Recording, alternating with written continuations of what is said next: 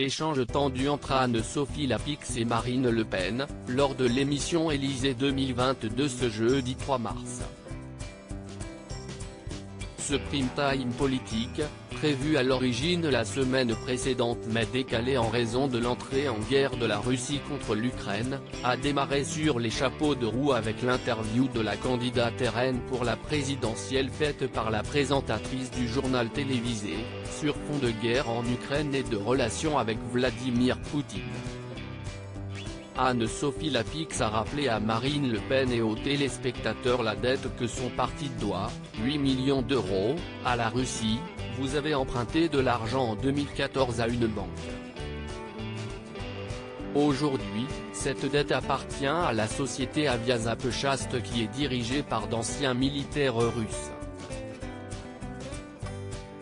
Vous n'avez pas remboursé en 8 ans. Comment on revendique son indépendance quand on doit 8 millions aux amis de Poutine? Le ton était donné pour démarrer. Marine Le Pen lui rétorque, le ton grave, Madame votre question est insupportable, sur le ton que vous utilisez. Elle est insupportable parce qu'elle touche des choses qui touchent directement à mon honneur et à ma considération. Merci de m'autoriser à vous rappeler que ce prêt a été fait auprès d'une banque privée tchéco-russe en 2014 parce qu'aucune banque, ni française, ni européenne, ne souhaitait nous prêter de l'argent. C'est d'ailleurs en raison de ce blocage qu'Emmanuel Macron, qui s'est finalement déclaré candidat, note de la rédaction, a fait voter la Banque de la démocratie qui, malgré qu'elle ait été votée, a été mise à la poubelle. Ce prêt n'a financé aucune campagne.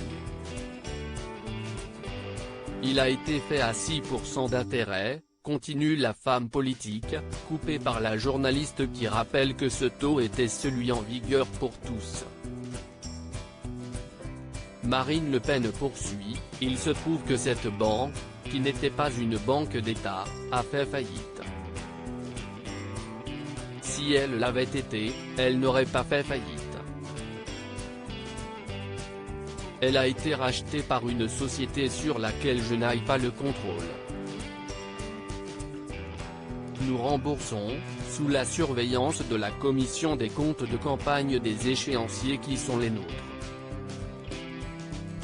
En insistant sur l'endettement du Rassemblement national, Anne-Sophie Lapix s'appuie là où ça fait mal pour Marine Le Pen.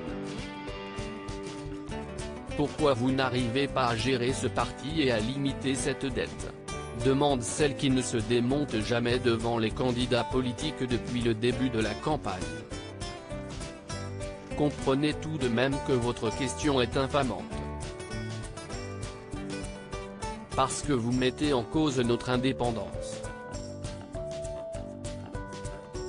Quand on met en cause l'indépendance politique d'un dirigeant, patriote comme je le suis, je trouve ça infamant, assène l'invité politique, sans répondre sur le fond.